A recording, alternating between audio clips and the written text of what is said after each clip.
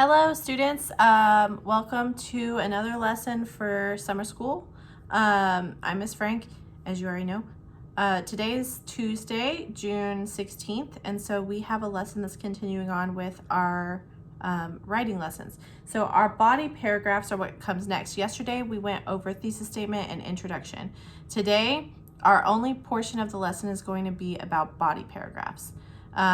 Because it is the body of the essay, it's the biggest part of the essay. So more of your time today is going to be spent writing and less listening to me talk. Then tomorrow we'll be working on conclusion and counterargument, and then you're going to put it all together on Thursday to create your wonderful finished product. Okay, so today's prompt that we're going to be discussing is, should students have to pay for colleges and universities? So this is something that a lot of people have been debating in politics lately. And the idea is, should tuition be free or should people have to pay to go to school? So of course, as I told you yesterday, initially you would want to brainstorm both sides and really think critically. So you should have your T-chart going. Your T-chart would look like this. This is the one we had from yesterday. So you would want to think of reasons on the yes side. Yes, people should have free college, or no, people should not have free college.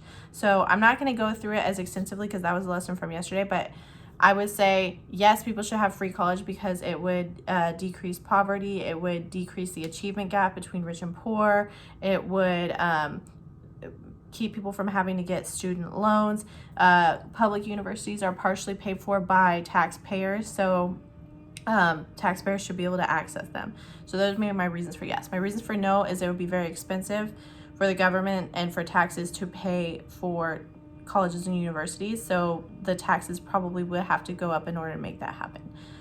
Now, maybe not. There could be some plan that some politician has where taxes wouldn't go up to pay for this, but it would be a very expensive, big chunk of money that the government would have to put to pay for these public universities. So I looked at that briefly and I came up with a thesis statement. Students should be allowed to attend public universities tuition free because education is the most important factor in breaking the cycle of poverty, and colleges are partially funded by taxpayers. So I have two reasons in my thesis, therefore I need two body paragraphs. So when you do your writing today, you can choose to either have two body paragraphs or three body paragraphs. And that will be up to you. If you want to have two reasons, then you have two body paragraphs and it should match. Please note, something I see is my first reason was it breaks the cycle of poverty, and my second reason was their colleges are funded by taxpayers. So your body paragraph should go in that same order. Every year I have at least like 10 students who for some reason put poverty first and taxpayers second, but then in their body paragraphs they flip it and do a taxpayer body paragraph first and poverty as a second body paragraph, and that is very confusing. I don't know why we do that, so it needs to match the order. Okay, so you'll be able to read the thesis, and I also want you to read along with me as I read you this body paragraph, and then I'm going to stop and talk about different parts. So please go ahead and go on the hub and pull up the body paragraphs handout that I have posted on there for you. And pay close attention to what I'm explaining because you're going to have to do this and write your own. And that's going to be your assignment for today. Okay, so every body paragraph, if you have two or three, doesn't matter. Every body paragraph should start with a topic sentence. The topic sentence is basically the topic of that paragraph. There should be nothing in the paragraph that doesn't fall under the category of that topic sentence. So it's sort of like an umbrella. Like everything in your essay goes back to the thesis, and then you have little like subcategories, smaller categories for each body paragraph, where the body paragraph fits under the umbrella of the thesis, and then everything in the body paragraph fits under the umbrella of that topic sentence. And there should be nothing erroneous, extra, or irrelevant, nothing off topic. Every sentence in that body paragraph should be proving the point of the topic sentence. Also, another thing to note is the topic sentence should be something debatable. So your thesis needs to be debatable. Your topic sentence should also be debatable. You're making an assertion. It's like a mini claim. So the topic sentence is a mini thesis. It's a mini claim. And then you're going to prove that point in that paragraph. Okay. So my topic sentence for body paragraph number 1 for this essay would be, education is the most important factor that will bring people out of poverty. Okay.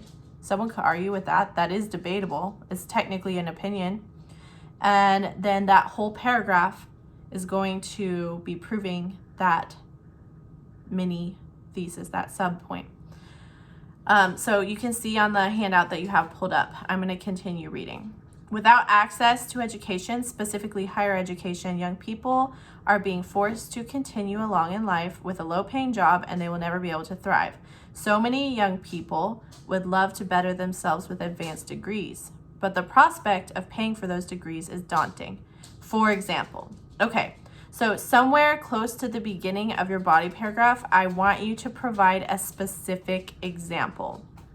A specific example could be many different things. It could be an anecdote, like a story from your life or someone that you know. That's what I used. It's not always the best. Anecdotes can be very effective if they're emotionally resonant, like it's convincing because it's relying on emotions and pathos to persuade someone. But also you probably don't want a whole essay that's based solely on anecdotes. So if you have 2 body paragraphs, you might have one personal anecdote. An anecdote, again, is that personal story from someone you know. It could be like your cousin, your sister, your mom. It could be yourself. But other examples that you can provide, historical examples, examples from classical literature, examples from pop culture, such as athletes. Like you could write about Cristiano Ronaldo. You could write about Lady Gaga or Beyonce or whomever, if it proves your point. Historical characters and literature examples are probably a little bit stronger than pop culture examples of like famous people in movies, things like that, but that's fine. Pop culture can still be good, still can be useful in your essay. Now further down, you can use an example from a book that's not considered like literature, but like a popular book, like say Hunger Games or Harry Potter. And then a little bit lower than that, a movie or a TV show. You could pull an example from a movie or TV show, but that's not going to be as convincing as using a historical event or a historical person or even an anecdote. And then last, like very bottom of the totem pole of example types would be like making up a statistic or fact, because I don't know where students get this, but somewhere in your education, some teacher told you, just say, according to ABC News, 74% of students have to get loans. Okay, so if my statistic sounds right and I made it up totally fake, that could work. But a lot of students have trouble making up fake statistics or fake facts or fake news stories that sound real. So if it sounds like, if it sounds fabricated, then you're going to lose all credibility. So I would really try and go with something that is not pretend. Like if you convince me and I can't tell that your example is fake, then maybe it will work. But I'm telling you, a lot of students have trouble writing fake statistics that sound somewhat accurate when they're writing a persuasive essay, and then it's like, you totally lost me because I know that you just made that up and it sounds like a kid wrote it. Okay, so back to this. So I said blah, blah, blah. So many young people would love to better themselves with advanced degrees, but the prospect of paying for those degrees is daunting. For example, now I'm going to put an anecdote about someone that I know. For example, there was a student I know who worked very hard in school and dreamt of being a doctor so she could help people. The thought of taking out hundreds of thousands of dollars in loans was overwhelming, so she decided to be a nurse instead. Halfway through her undergraduate degree, she had to stop going to school to work full-time in order to save money for her tuition.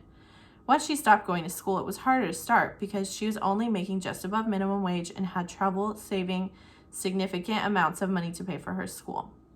So that's my example of how there's a girl who is from a low-income family and she had these high dreams and high goals to help people and like contribute to society and become a doctor, but even that sounded too expensive. And then halfway through her nurse's bachelor's degree, she had to stop because she couldn't pay for her tuition.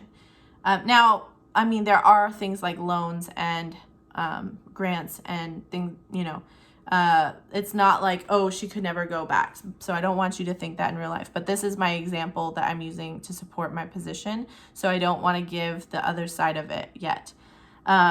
So I provide details about this person.